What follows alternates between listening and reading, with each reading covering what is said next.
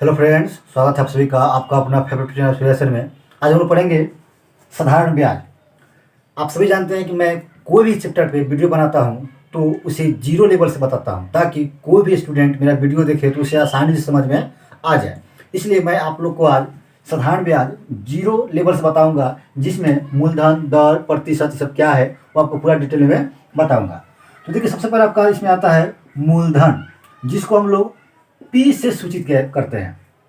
उसके बाद दर आता है जिसको आर से, और समय जिसको टी से। उसके बाद साधारण ब्याज, साधारण ब्याज इसको हम लोग एस आई से सूचित करते हैं, जिसका मतलब होता है सिंपल इंटरेस्ट। उसके बाद होता है मिश्र धन, मिश्र धन जिसको हम लोग ए से सूचित करते हैं। अब देखिए, ये मूलधन है क्या।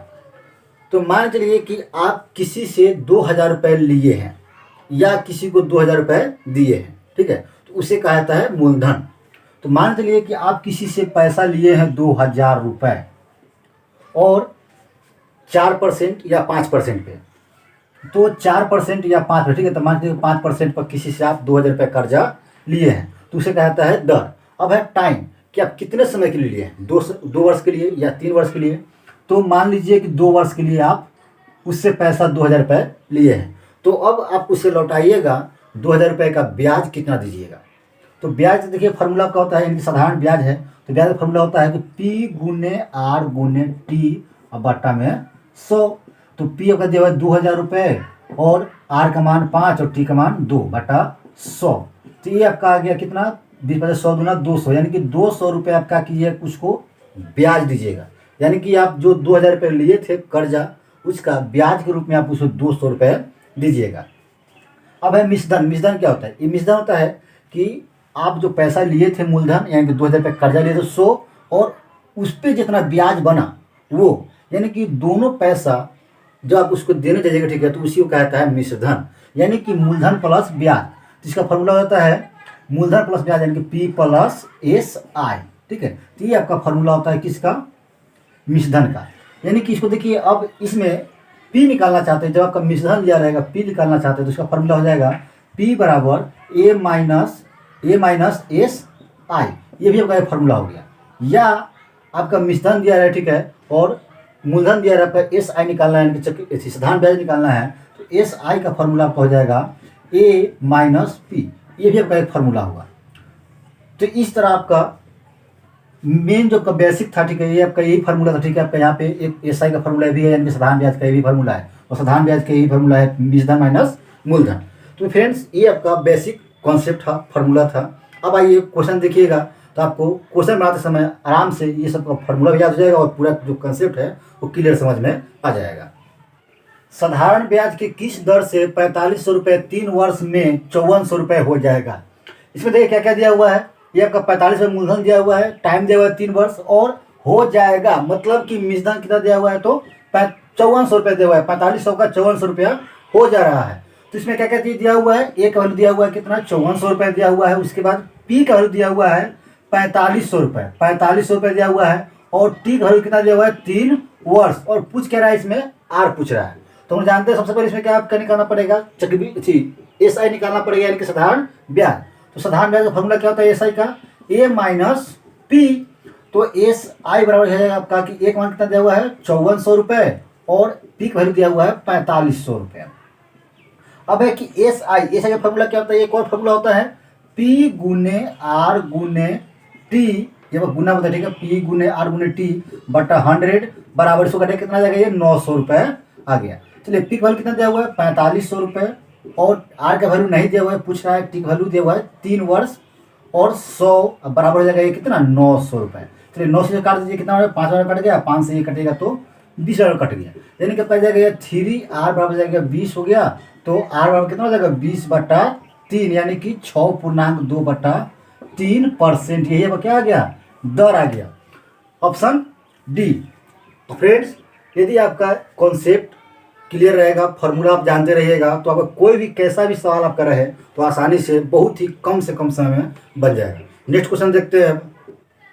एक आदमी के पास 2000 रुपया है। इस राशि का कुछ हिस्सा 5% पर और कुछ हिस्सा 4% पर साधारण ब्याज की दर से किसी को देता है, और वह दो व्यक्ति को दिया, तो दोनों व्यक्ति में आपका कितना रुपये कुल कमाता है ब्याज के रूप में, तो 96 रुपये कमाता है, कुल 96 रुपया ब्याज के रूप में कमाया। तो बताइए उसने 4% की दर पर जो मतलब पैसा दिया था किसी को, वह कितना दिया था, 4% के दर पे निकालना है। देखिए तो ऐसे में आपका सबसे पहले देखिए कि जिसका पूछता है, ठीक है, उसको एक्स मान लेते हैं। तो मान लीजिए किसी को आपका दिया था 4% के लगे जो दर पर था दिया था, उसको 100 रुपये दिया था, कितना परसेंट का, तो 4% के हिसाब से पूछ रहा है, तो 4% आपका हो गया। और कितने समय के लिए, देखिए इसमें क्या दिया हुआ है कि वर्ष के अंत में, यहाँ देखिए वर्ष के अंत में है, यानी कि 1 साल के लिए, तो 1 साल का हो गया। ये आपका क्या होगा, ब्याज हो गया, 100 रुपये दिया था उसका। फिर देखिए क्या कि दूसरा कितना है, 5% पर है, तो उसको कितना पैसा देगा, कुल उसका 2000 रुपया था, उसमें से 100 रुपया किसी को दे दिया, तो दूसरा कितना देगा, तो 2000 रुपया में से 100 रुपया कम देगा। और कितने परसेंट के लिए, तो 5% के लिए और 1 वर्ष के लिए बटा 100। अब देखिए दोनों का ये भी ब्याज, दोनों पे ब्याज पे कितना रुपये कमाता है, तो ये कमाता है 96 रुपये, हो गया। चलिए अब इसका सोल्यूशन कीजिए। अब कह जाएगा 4x बटा 100 और प्लस इसको कीजिएगा तो कितना जाएगा, 5 दूना 10, तो 10 पे हो जाएगा 3 शून्य माइनस 5x बटा 100 बराबर हो जाएगा ये 96। दोनों के एलसीएम लीजिए, आ जाएगा 100, तो हो जाएगा 4x माइनस 5x और प्लस में हो जाएगा ये 10,000 बराबर 96। इसको घटाइएगा तो कितना आ जाएगा, ये माइनस में हो जाएगा आपका ये माइनस x और प्लस में हो जाएगा ये 10,000 और बराबर हो जाएगा कितना, 9600। चलिए अब 9600 इधर कर दीजिए, तो आपका हो जाएगा 10,000 माइनस 9600 और बराबर हो जाएगा ये x, यानी घटाइए कितना जाएगा ये 400। यानी कि उस व्यक्ति को 4% के दर से कितना रुपये दिया था, तो 400 रुपये दिया था, यानी कि ऑप्शन सी। देखिए फ्रेंड्स, लग रहा था आपका कि क्वेश्चन इतना बड़ा है कैसे बनेगा, लेकिन देखिए आपको आपके सामने बना हुआ है, टाइम इसमें लगा, इसलिए कहता हूँ कि आपका पूरा कॉन्सेप्ट फॉर्मूला आप सभी जानते रहिए, मतलब कि जानिए, इसी से आपका जब जानते रहेगा तो कोई भी क्वेश्चन आसानी सोल्व हो जाएगा। क्वेश्चन है, प्रथम वर्ष के लिए निश्चित राशि पर साधारण ब्याज 4% की दर से 25 रुपया है, उसी राशि पर इतने ही दर से 2 वर्षों का साधारण ब्याज क्या होगा। देखिए तो फ्रेंड्स, इसको बनाने की जरूरत नहीं है, क्योंकि देखिए इसमें क्या आपका कि किसी धनराशि पर आपका मतलब ब्याज कितना देगा, 25 रुपया, तो 1 वर्ष के लिए दिया हुआ है 4% पर, फिर पूछ रहा है कि 2 वर्ष के लिए वही दर है वही राशि है, तो ब्याज कितना होगा। तो 2 वर्ष का पूछ रहा है, ठीक है, तो क्या कीजिए, सिर्फ इसमें से क्या कीजिए 2 से गुना कर दीजिए, यानी 25 गुना 50, ऑप्शन ए, बस आगे आंसर। अब इसको बनाएंगे कैसे, ये तो आपका देखिए साधारण ब्याज तो आप लोग जानते हैं कि साधारण ब्याज क्या होता है कि प्रत्येक साल बराबर होता है, इसलिए पहले साल 25 रुपया था, तो दूसरा साल पूछ रहा था 2 से गुना कर दिया, आसानी से आपका आंसर आ गया। लेकिन इसको बनाएंगे कैसे, देखिए निश्चित राशि, ठीक है, आपका राशि का मान नहीं दिया हुआ कितना है, तो उसको मान लेंगे P, चलिए P हो गया। उसके बाद देखिए R दिया हुआ कितना, 4% दिया हुआ है, ठीक। फिर उसके बाद टाइम आपका दिया हुआ कितना, प्रथम वर्ष, यानी कि T दिया हुआ है, तो ये आपका हो गया क्या, ब्याज का फॉर्मूला हो गया। और ब्याज कितना दिया हुआ है, 25 रुपया, 25 हो गया, तो 4 से गुना कर दिए, कितना आ गया 25, यानी कि और टाइम कितना 1 वर्ष दिया हुआ है ना, तो T का वैल्यू कितना हो जाएगा, 1 हो जाएगा, यानी कि P का वैल्यू कितना आ गया, 25 गुने 25 यानी कि 625 रुपया आ गया। अब कह रहा है कि यही राशि पर, ठीक है, तो 625 रुपये पर दर वही रहेगा, यानी कि 4% ही रहेगा। और अब टाइम कितना कर देगा, 2 वर्ष, तो 2/100, तो देखिए ये 4 से कर देगा 25 बार में, और 25 से कट जाएगा 25 बार में, यानी कि 25 गुना कितना आ जाएगा 50। तो इस तरह आपका बनाइएगा तो भी बन जाएगा। और यदि आपका कॉन्सेप्ट क्लियर रहेगा कि प्रथम वर्ष का या द्वितीय वर्ष का या तृतीय वर्ष का साधारण ब्याज क्या होता है, बराबर होता है, तो आपको उस समय ये सॉल्यूशन करने की जरूरत नहीं होगी, आसानी से आप क्वेश्चन देखिएगा और आंसर मार दीजिएगा। नेक्स्ट क्वेश्चन है, यदि वर्षों की संख्या ब्याज दर के बराबर हो तो धनराशि पर साधारण ब्याज मूलधन का 1/4 होता है।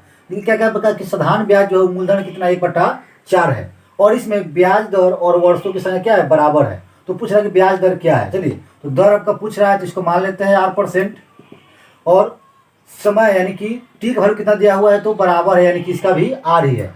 और उसके बाद मूलधन का 1/4 भाग क्या है, ब्याज है, यानी कि SI का जो वैल्यू है वो भी क्या दे दिया है, तो मूलधन यदि आपको मानते हैं P, तो P का 1/4 क्या है, इसका ब्याज है। तो पूछ रहा है कि दर क्या है, चलिए तो देखिए SI का फॉर्मूला क्या है, हम लोग पढ़ चुके हैं कि P गुने R गुने T बटा में 100। तो लिखते एस आई आपका दिया हुआ है कितना 1/4 मूलधन का, तो P/4 हो गया, और P नहीं दिया तो P छोड़ दीजिए। उसके बाद R का वैल्यू कितना है R ही है, और T का वैल्यू भी R ही है बटा 100।